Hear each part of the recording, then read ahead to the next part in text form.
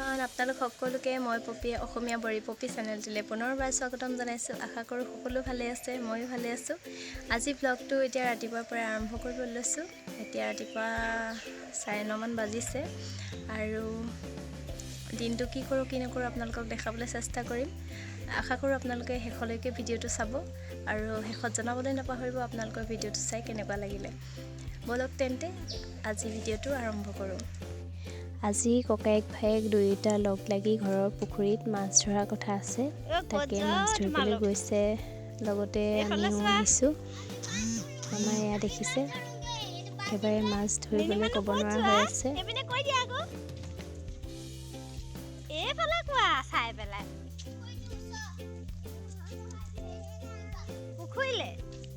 পুখুৰীলে কেলে যোৱা?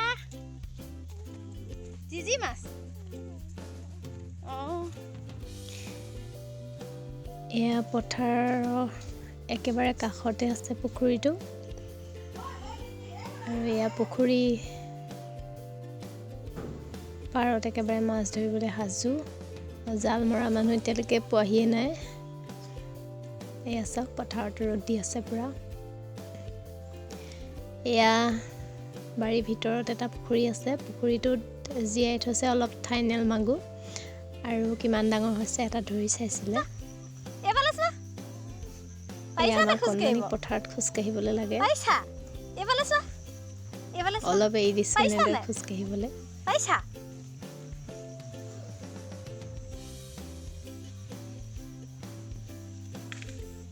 আৰু এয়া আমাৰ জাল বাবলৈ আহিলে, প্ৰথম খোৱা জাল মাৰিছে। চাওঁচোন উঠে নে নুঠে।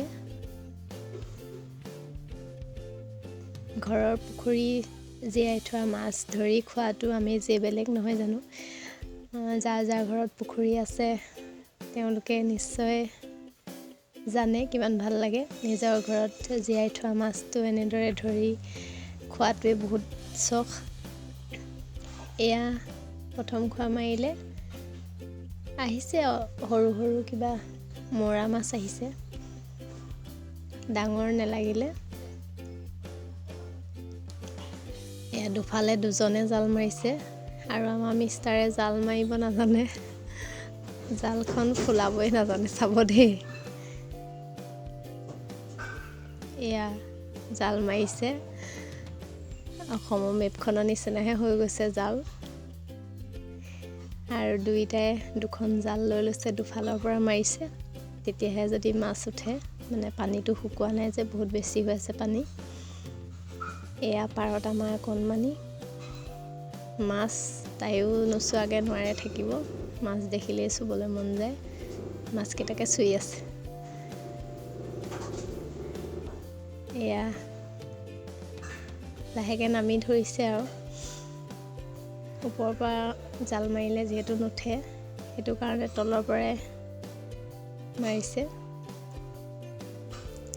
আৰু ইমান ঠাণ্ডাত দুপৰীয়া সময়ৰ কাৰণে মাছ ধৰিব পাৰিছে, নহ'লে পানীটো বহুত ঠাণ্ডা হৈ আছে। আৰু এয়া চাওক মূৰা মাছ, আৰু এজনী লাগিলে।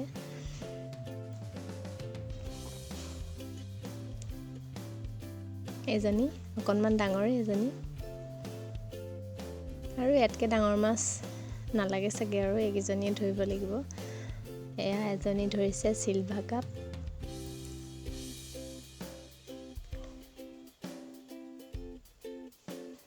এইজনী,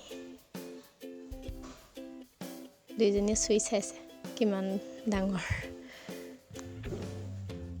আৰু চাওঁচোন কি কি পায়। এয়া আকৌ দুজনী উঠিলে, একেই চিলভাৰ মাছ, আৰু এইকেইজনীয়ে হ'ব। আৰু বেছি ঠাণ্ডাত নামি থাকিব নোৱাৰে যিহেতু। এয়া চাওক,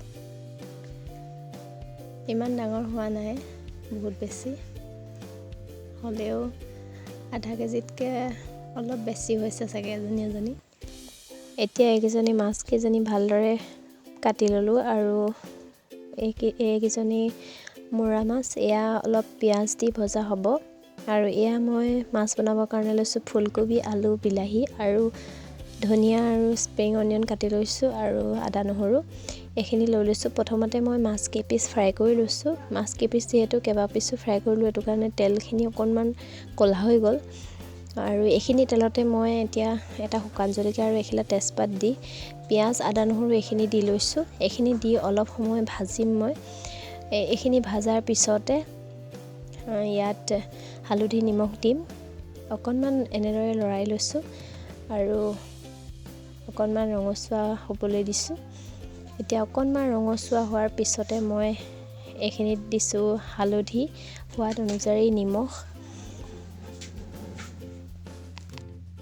এতিয়া এইখিনি ভালদৰে অলপ সময়ৰ কাৰণে ৰঙচুৱা হ'বলৈ দিম। এয়া অকণমান পিঁয়াজখিনি ৰঙচুৱা হৈ আহিছে। এতিয়া ইয়াতে দি দিছোঁ আলু কেইপিচ দি আকৌ এবাৰ ভালদৰে লৰাই ল'ম। ইয়াৰ পিছতে মই ইয়াত দিম অলপমান গৰম মছলা আৰু অকণমান ৰেড চিলি পাউডাৰ দিম। বিশেষ বেছি মছলা দিয়া নাই। আৰু মাছ মাংসত অকণমান গৰম মছলা নিদিলে দেখোন খাই ভালেই নালাগে। সেই গতিকে অকণমান দি দিলোঁ। আৰু এয়া এতিয়া মছলাখিনিৰ পৰা তেল এৰিবলৈ আৰম্ভ কৰিছে। এনেকুৱাতে মই ইয়াতে কাটি ৰখা বিলাহীখিনি দি দিম। বিলাহীখিনি দিয়াৰ পিছত অকণমান বিলাহীখিনিও সিজিবলৈ দিম। এনেদৰে লৰাই থাকিম অকণমান সময়। আৰু ঢাকি দিয়া নাই মই, ঢাকি দিলে অকণমান সোনকালেই সিজে। আৰু এতিয়া এইখিনি বিলাহীখিনি অকণমান গলি যোৱা নিচিনা হোৱাতে ইয়াতে মই ফুলকবি দি দিছোঁ কাটি ৰখা। এই ফুলকবিখিনি ভালদৰে লৰাই অলপ সময়ৰ কাৰণে ঢাকি ৰাখিম।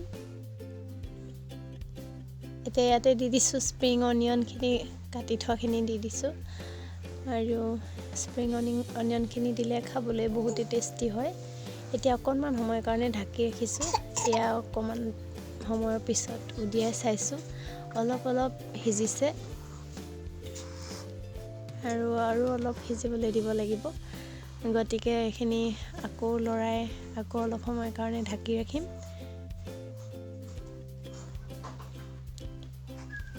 এতিয়া আমাৰ এইখিনি পানী দিব পৰা হৈছে আৰু ইয়াতে মই এতিয়া গৰম পানী দি দিছোঁ। গৰম পানীখিনি দিয়াৰ পিছত অকণমান সময়ৰ কাৰণে উতলিবলৈ দিম। এতিয়া অকণমান সময়ৰ কাৰণে আকৌ ঢাকি ৰাখিম ভালদৰে উতল অহালৈকে। এয়া ভালদৰে উতল আহিলে এতিয়া মই ইয়াতে ফ্ৰাই কৰি ৰখা মাছ কেইপিচ দি দিম।